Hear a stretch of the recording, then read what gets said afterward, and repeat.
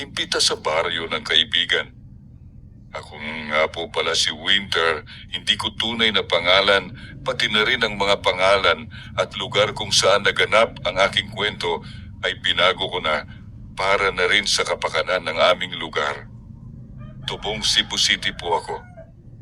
At ito ang aking kwento. Nangyari ito noong 2001. Bata pa lamang ako ay mahilig na talaga ako sa mga kwentong kababalaghan at kwentong katatakutan, lalo na ang mga kwento tungkol sa aswang. Ngunit ang mga kwentong ito na akala ko ay haka-haka lamang ay totoong mararanasan ko rin pala nung naimbitahan kami na aming kasamahan sa trabaho na ang pangalan ay si Carol. Inanyayahan kasi kami nito na pumunta sa fiesta sa kanilang lugar sa katapusan ng buwan.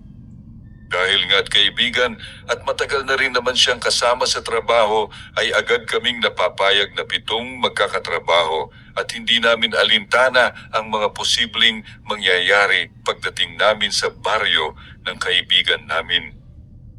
4:00 pa lang ng madaling araw ay nasa may waiting shade na kami kaharap ng opisina namin hinihintay.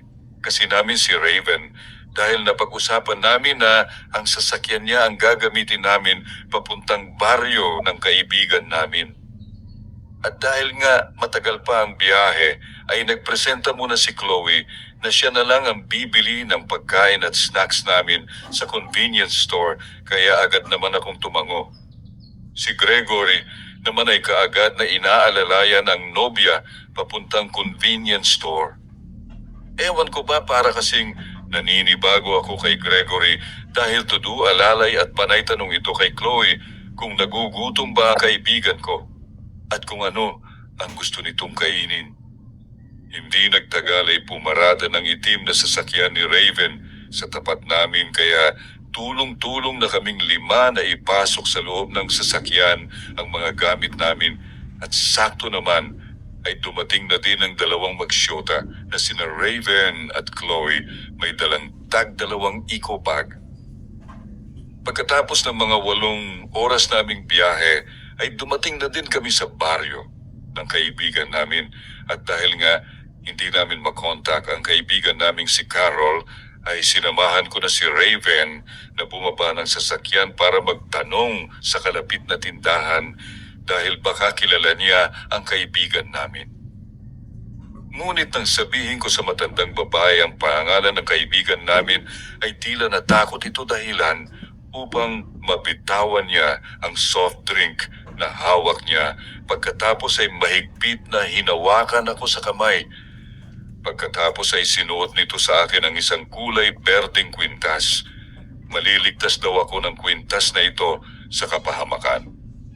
At sinabi pa ng matandang babae na mas mabuti pang wag na lang daw kaming tumuloy sa bahay ng kaibigan namin dahil aswang daw ang pamilya nila, Carol, at baka isa sa amin ay hindi na makabalik ng buhay na nagbigay takot naman sa akin. Si Harvey at Tasita naman ay tinawanan lang ang sinabi ng matanda dahil hindi raw totoo na may aswang dahil kwentong bayan lang yun. Kaya wala nang nagawa ang matanda kundi sabihin sa amin kung saan nakatira ang kaibigan namin. Mabilis naman kaming dumating sa bahay nila Carol, at nang makita kami nito ay agad itong tumakbo palapit sa amin.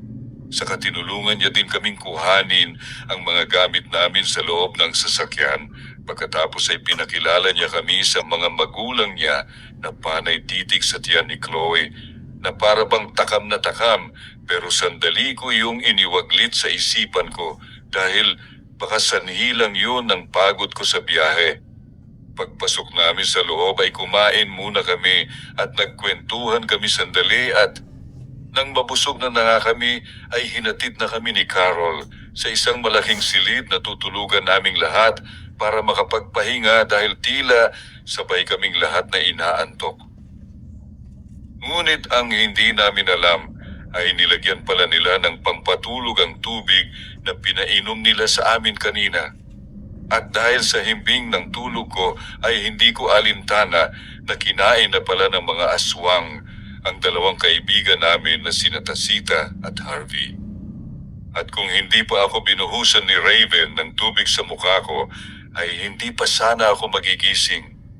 Mabilis naman akong napatanong sa kanya kung anong nangyari at kung bakit niya rin ako sinabuyan ng tubig, pero mabilis niya namang tinakpan gamit ang dalawang mga kamay niya ang bibig ko. Pagkatapos ay sinabihan niya akong maglakad kami ng dahan-dahan palabas ng pinto dahil baka may makarinig sa amin. Kaya mabilis kong hinubad ang sandals ko para bitbitin ito dahil tumutunog kasi ito kapag naglalakad ako. At baka ito pa ang maging sanhi na marinig kami ng mga aswang. Tinanong ko si Raven kung nasaan ang iba pang mga kasamahan namin. Saglit naman siyang napatingin sa akin, pagkatapos ay sinabi niyang wala na raw sina Harvey at Tasita dahil nakita niyang pinagtulungan na raw itong kainin ng mga asawang. Iihi lang daw sana siya, ngunit yun ang mga eksena na bumungad sa kanya. Tinanong ko naman kung nasaan si Chloe at Gregory. Ang sagot naman para niya, iniwanan niya muna ang mga ito sandali sa taas ng puno ng mangga para daw mapuntahan niya ako. Laking pasasalamat ko naman dahil talagang binalikan niya ako para iligtas. Dahil kung hindi ay tiyak sasapitin ko rin ang mga nangyari sa mga kasamahan namin. Paglabas namin ni Raven ng pintuan ay hindi sadyang naisara ko yun ng malakas dahilan upang tumunog iyon at mapunta sa aming dalawa ang lahat ng atensyon ng mga aswang na kumakain sa isang malapad na lamesa. Galit nila kaming tiningnan at napangisi naman ang iba, siguro dahil ay iniisip nila na may magiging pagkain na naman silang maihahanda sa kapistahan pagkatapos nilang maubos na kainin sina Tasita at Harvey. Kahit kinakabahan kaming dalawa ni Raven ay hindi namin hinayaan na magpadala sa takot namin. Dahil kailangan naming lumaban upang makaalis sa lugar na ito dahil may mga pamilya at mga kaibigan kami na naghihintay sa amin.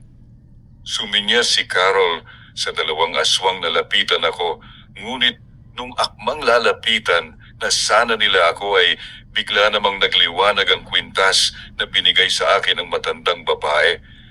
Ito siguro ang dahilan kung bakit hindi nila ako kayang malapitan at mahawakan. Habang si Raven naman ay nakikipaglaban pa din sa mga aswang kahit sugatan at duguan na siya. Kaya para mailigtas ko siya, ay agad kung nilagay sa leeg niya ang kwintas ko. Pagkatapos kong masuot sa kanya ang kwintas na binigay ng matanda, ay kaagad naman siyang nilayuan ng mga aswang. Ngunit sa ginawa ko namang iyon ay agad akong nilapitan ni Carol, kasabay din noon ay ang pagpalit niya ng kanyang anyo. Tinubuan siya ng mga maitim na balahibo sa kanyang katawan. Tumulis din ang kanyang mga ngipin at humaba din ang kanyang mga kuko sa kamay na kaya hindi ko maiwasan na makaramdam ng takot sa kanya. Kung alam ko lang na isa pala siyang aswang ay hindi na sana ako pumayag na pumunta dito. Hindi rin sana nila naging pagkain sina Tasita at Harvey. Ano na lamang ang sasabihin ko sa mga pamilya nilang dalawa? Sa lalim ng mga iniisip ko ay hindi ko na namalayan ng pagbaon ng mga matutulis na kuko ni Carol sa magkabilang balikat ko na dahilan ng malakas na pagsigaw ko. Agad namang tumayo si Raven upang tulungan ako at mabilis na sinaksak ng matulis na kawayan ang likod ni Carol na bumaon din sa dibdib nito na naging sanhi ng kanyang pagkawala. At siya din naman ang pagdating ng mga pulis. Napangiti naman ako habang nakayakap kay Raven nang makita kong litigitas ang dalawang kasamahan namin na sina Chloe at Gregory. Habang wala pala si Raven ay bumaba sila sa puno ng mangga para humingi ng tulong doon sa matandang babae. Nagpasalamat naman ako doon sa matandang babae dahil sa kwintas na binigay niya na nagligtas sa aming dalawa ni Raven. Lalo na sa itaas dahil hindi niya hinayaan na may mangyaring masama sa amin at magwagi ang kasamaan sa mundo. Kaya sa inyong lahat ay mag-iingat kayo sa mga taong sinasamahan nyo upang hindi kayo matulad sa nangyari sa amin. At dito nagtatapos ang aking kwento.